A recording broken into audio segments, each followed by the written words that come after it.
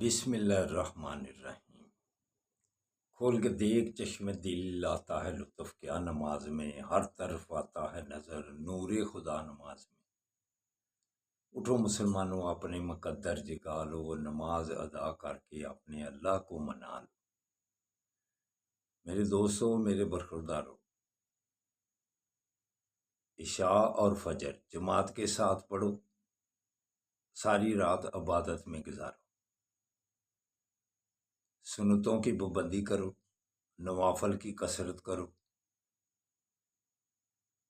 اور تکبیر اولیٰ کی باقاعدگی۔ اس کے بعد یا غفورو، جو اللہ کے ناموں کی سب سے بڑی صفت ہے، یا غفورو، اللہ سے معافی مانگو اور بخشش کی دعا کرو۔ اور بخشش کی دعا کرنے کا یہ سب سے بہترین موقع ہے۔ 2-3 دن ویڈیو بننے سے پیچھے رہی، تو آج انشاءاللہ تعالی سارے معاملات ٹھیک ہو گئے ہیں، ویڈیو پھر شروع ہو گئی ہے۔ تو انسان کے دو ہی کیفیتیں ہوتی ہیں انسان کی، یا وہ شکرانے کے نفل پڑھے یا وہ صبر کرے۔ اگر اس کی مرضی کے مطابق کام ہوتے جا رہے ہیں تو شکرانے کے نفل پڑھتا جائے، اور اپنی کیفیت اور اپنی زبان سے بھی اظہار ہو کہ وہ اللہ کا شکر ادا کر رہا ہے۔ جب وہ ایسی زندگی کرے گا، انشاءاللہ تعالی اس کی نعمتیں بڑھتی جائیں گی، اس کا رزق بڑھتا جائے گا، اس کی صحت بڑھتی جائے گی، اس کی چین اور سکون والی زندگی میں اضافہ ہوگا۔ تو دوسری صورت ہے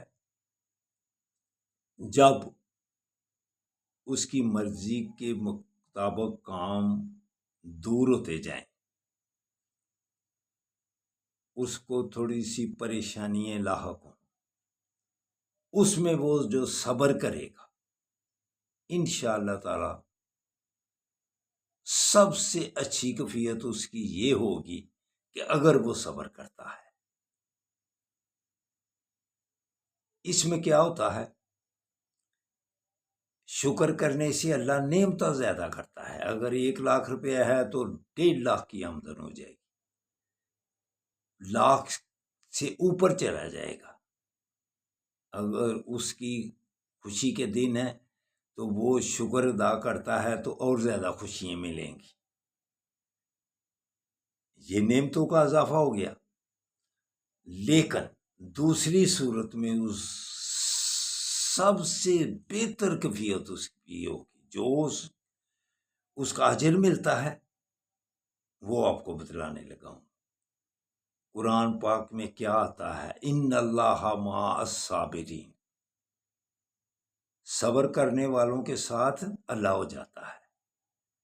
تو یہ نعمتوں سے بھی بڑھ کر ہو گیا کہ جو کسی پریشان کی صورت میں پریشان جب ہوتا ہے، اس کو تکلیف پہنچتی ہے، وہ اللہ اس کے ساتھ ہو جاتا ہے۔